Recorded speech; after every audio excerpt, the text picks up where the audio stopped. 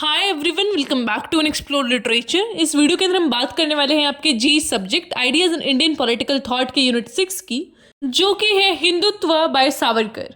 तो इसमें हम बात करेंगे कि जो वी.डी. सावरकर जी हैं उनके क्या क्या व्यूज है अबाउट हिंदुत्व। इसके बारे में हमने पहले भी काफ़ी सारी वीडियोज़ बनाई है इस सेम जी पे, तो आप वो भी चेक कर सकते हैं। डिस्क्रिप्शन में लिंक मिल जाएगा प्लेलिस्ट का, या फिर आप वैसे भी चैनल पे जाके वो चेकआउट कर लीजिएगा। अनदर थिंग इज़ कि आप लोग सब्सक्राइब नहीं करते हैं। हमारा रीच काफ़ी अच्छा है लेकिन सब्सक्राइबर बेस अभी नहीं बन पा रहा है, तो प्लीज़ अगर आप वीडियो देख रहे हैं तो don't forget to subscribe the channel. इससे लिटरली क्रिएटर को बहुत मोटिवेशन मिलता है, बिकॉज स्टडी चैनल के लिए ग्रोथ इज़ वेरी डिफिकल्ट, तो वो आपको करवाना पड़ेगा। We all have to work together to do this. Alright, so please don't forget to subscribe the channel and like the video. So without wasting much of our time, now let's start the video and talk about this ideas of Hindutva. तो VD. Savarkar या फिर विनायक दामोदर सावरकर का जन्म 1883 के अंदर नासिक महाराष्ट्र के अंदर हुआ. इनकी फैमिली एक बहुत ही ऐसा डिवोटेड फैमिली थी. इनके फादर बहुत ज़्यादा डिवोटी थे, सनातन धर्म को वो फॉलो करते थे. And he was born in a Chitpavan Brahmin family. तो ऐसा बहुत ही रिलीजियस फैमिली से बिलोंग करते थे. इनके मदर का नाम था राधाबाई एंड इनके 4 सिबलिंग्स थे. जो एल्डेस्ट थे उनका नाम था गणेश, फिर सावरकर थे, फिर थी Mainabai, then was his younger brother Narayan. तो इस तरीके के परिवार में ये पले बड़े, तो उनके भी सेंटिमेंट ऐसे ही हुए that he turn into a religious man. तो अपने यूथ के डेज से ही फिर वो रामायण महाभारत, इन सारे जो ग्रेट हमारे टेक्स्ट हैं उनको भी पढ़ते गए and he developed a interest into this things. तो फिर जो इनका पूरा एक आइडियोलॉजी बना that was also around religion and कैसे उसको समझा जाना चाहिए, यही सारी बातें इन्होंने अपनी आइडियोलॉजी हिंदुत्व के अंदर बताया है. बात करें इनकी अर्ली लाइफ की, तो इनकी मदर की डेथ हो गई थी when he was at the age of 9. So his mother died of cholera. Then इसके जो इनके एल्डर ब्रदर थे वो बहुत ही रिबेलियस नेचर के थे, जिसकी वजह से इनके ऊपर भी बहुत ज़्यादा प्रभाव पड़ा उनका. जो इनके फादर थे और जो अंकल थे उनका भी डेथ हो गया था 1899 के अंदर प्लेग की वजह से.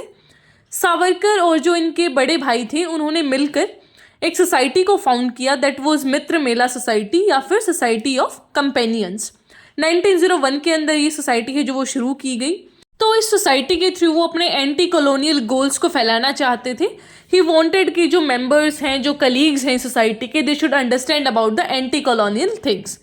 देन इसकी ही wrote a very energetic poem जिसका टाइटल था ओ शहीद, जिसमें वो प्रेज करते हैं इंडियन रेबल्स को कि वो कितने अच्छी तरह एक पेट्रियाटिज्म, नेशनलिज्म का फीलिंग लेके लड़ रहे हैं फॉर द नेशन. बात की जाए वी.डी. सावरकर जी की पॉलिटिकल फिलॉसफी की, तो वो एक लीडिंग थिंकर थे इंडियन रेनेसां के अंदर. और जो इनके अर्लियर थॉट्स थे वो इन्फ्लुएंस थे गोपाल गणेश आगरकर से, जो कि एक रियलिस्ट स्कॉलर थे.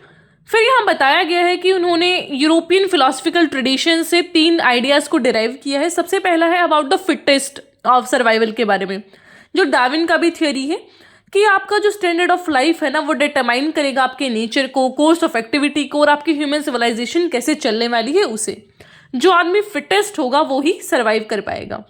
देन इसकी जो वायलेंस है ना वो हमारे नेचर में इनहेरेंट है, और जो नेचर है हमारा वो कभी भी पीस को ऐसा परफेक्टली एक्सेप्ट नहीं करता है. हाउएवर जैसे कि लोग ऐसा प्रोग्रेस करते हैं तो बारबेरिज्म और जो पीस है वो इंटरट्वाइंड हो जाता है और उनका एग्जिस्टेंस है जो बहुत डिफिकल्ट हो जाता है. इसलिए आदमी को इतना स्ट्रेंथ और पावर है जो वो डेवलप कर देना चाहिए ताकि आप इस प्रॉब्लम को ओवरकम कर सकें. Then the third thing was कि ऐसा मॉरल एट्रीब्यूट जैसी कोई इक्वल चीज़ नहीं है वर्ल्ड के अंदर. एलिमेंट जैसे कि टाइम, एरिया, ऑब्जेक्ट, ये डिटरमाइन नहीं करते आपका मोरल एक्सीलेंस हो गया या फिर आपकी कोई पर्टिकुलर एक्टिविटी में परिवर्तन. तो जो ये 3 आइडियाज़ थे वो बेसिकली इन्होंने यूरोपियन फिलोसफिकल ट्रेडिशन से लिए थे. जब उन्होंने यूरोपियन ट्रेडिशन को पढ़ा then he got to know about this 3 basic ideas जो उन्होंने अपनी आइडियोलॉजी में ऐसा अपनाए एंड ही फॉलोड दैट. तो अगर इनकी फिलॉसफी को देखा जाए तो he was the believer of violence या फिर रिवोल्यूशन. उनके आइडियाज़ में हमें कहीं भी नॉन वायलेंस की चीज़ें नहीं देखने को मिलती हैं. वो क्रिटिक थे नॉन वायलेंस के, और उनकी माने जाए तो ये जो तरीका है नॉन वायलेंस का वो बेगर्स का तरीका है. आप भीख मांग रहे हैं किसी से कि भाई हमें आज़ादी चाहिए, हमें ये चाहिए वो चाहिए, you have to fight for that. ये था उनका आइडिया. एंड वो ऐसा बोलते हैं कि नॉन वायलेंस की ज़रूरत वहाँ पे है जहाँ पे पूरा जो संसार है वो संतों का और ऐसे अच्छे लोगों का हो। लेकिन जहाँ पे इतना बुराई फैल गया हो, सारी जगह इविल हो, then you have to choose the violence thing, और तभी आप जो है प्रोग्रेस कर सकते हैं। उनकी माने तो जो एक आदमी ऐसा पावरफुल है, जिसके पास फुल पावर है, वो ही प्रोग्रेस कर सकता है और फेम को एक्वायर कर सकता है। जो वीक स्टेट्स होते हैं वो कोलैप्स हो जाते हैं, जिनके पास पावर है सिर्फ उसका ही सिक्का चलेगा, इस तरीके की ये बात बोलते हैं। देन ही टॉक्ड अबाउट कि जो नॉन वायलेंस प्रिवेल करता था इन दो रिलीजन के अंदर, बुद्धिज्म एंड जैनिज्म, उनको ट्रैम्पल कर दिया गया। ट्रैम्पल का मतलब होता है कुचल देना, बाय शाकाज एंड हुनाज। तो यहाँ पे इस एग्जाम्पल से ये बताना चाहते हैं कि जो लोग नॉन वायलेंस का रास्ता अपनाते हैं उनको पावरफुल लोग रास्ते से हटा देते हैं। So we have to choose the violence, then only we can fight with this Britishers. Then the next thing is कि जो सावरकर जी थे उनका सोशल चेंज के ऊपर क्या टेक था, वो किस तरीके से ऐसा फेवर करते थे या फिर अगेंस्ट थे सोशल चेंज के। तो सावरकर जी बहुत ज़्यादा स्ट्रांग ऐसा सपोर्टर थे सोशल रिफॉर्म के। एंड ही ऑल्सो अर्ज हिंदूज की आपको एक्सेप्ट करना चाहिए मॉडर्न प्रैक्टिसेस को, जो कि साइंस एंड लॉजिक पे बेस्ड है। ये जो आपके रिजिड कॉन्सेप्ट्स हैं उनको आप छोड़िए, और एक साइंटिफिक टेम्पर वाला जो एक लाइफस्टाइल है वो आपको फॉलो करना है। So he was in favour of science and logic rather than ये जो रिजिड से कॉन्सेप्ट्स हैं हमारे रिलीजन के अंदर। Then is each one in regress scriptures was created by human beings. तो ये बोलते हैं कि स्क्रूटनी करना आपका हक है, क्योंकि हर जो चीज़ है वो इंसान ने बनाई है, एंड रैशनल स्क्रूटनी आप कर सकते हैं।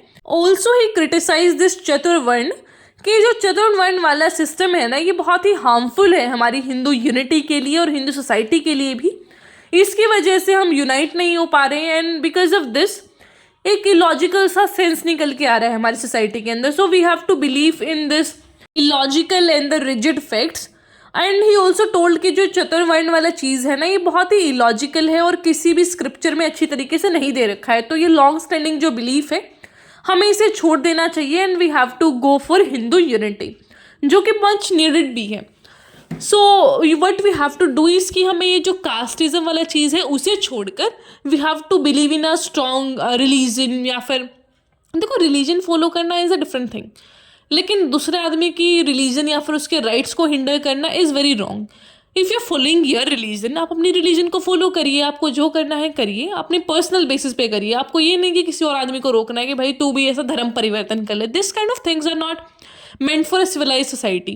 So what you have to do is कि you have to treat everyone equally. This social evils like caste system should not prevail in the educated society at least, because थोड़ा सा time लगता है to improve the things. We cannot change it ऐसा suddenly, but at least the educated or the literate people should know about it and they should understand the concept behind it कि हमें यहाँ पे ज़रूरत है for unity and to make a society progress या फिर उसको डेवलप करने की। ये सारी चीज़ें are illogical in this context. Now the last topic is कि what is Hindutva idea of Savarkar.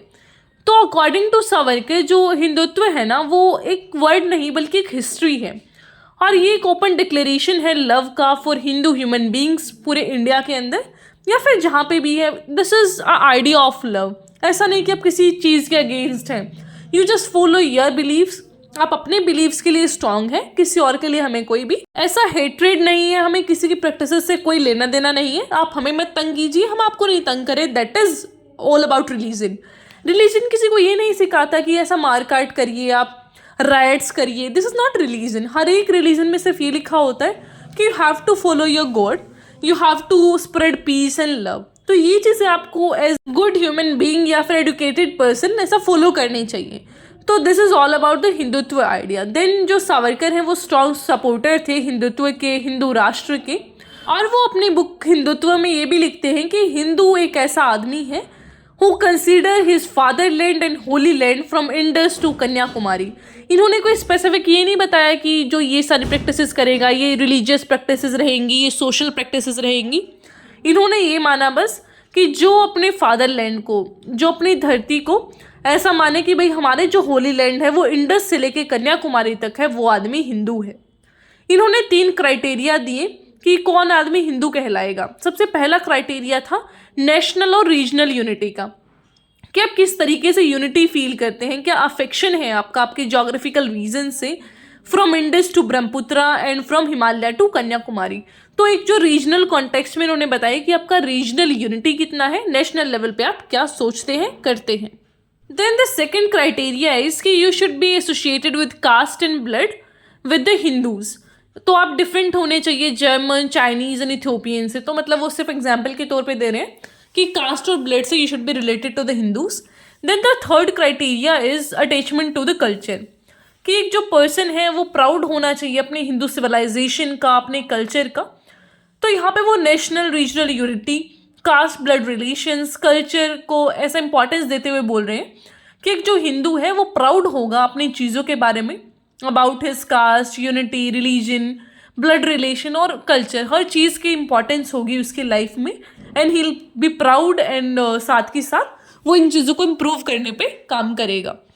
तो इसी के साथ आपका ये यूनिट कंप्लीट होता है। आई होप आपको ये समझ आया होगा। कोई क्वेश्चन है तो आप पूछ लीजिएगा। एंड आपके लिए अगर इतना सब किया जा रहा है तो your duty is to subscribe the channel, share it with your friends and like the video, because I am like working for you people. तो इतना तो आपको करना बनता है। So will be covering the whole syllabus exam से पहले, और जैसे ही फिर सिलेबस कंप्लीट होगा तो हम इंपॉर्टेंट क्वेश्चंस भी प्रैक्टिस कर लेंगे।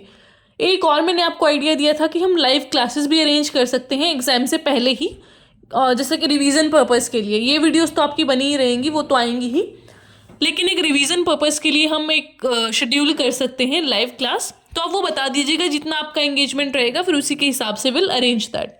ऑलराइट, तो ये आइडिया आप ड्रॉप कर सकते हैं अपना। Also tell me the topic जिस पे भी आपको नेक्स्ट वीडियो चाहिए, आई विल डू दैट।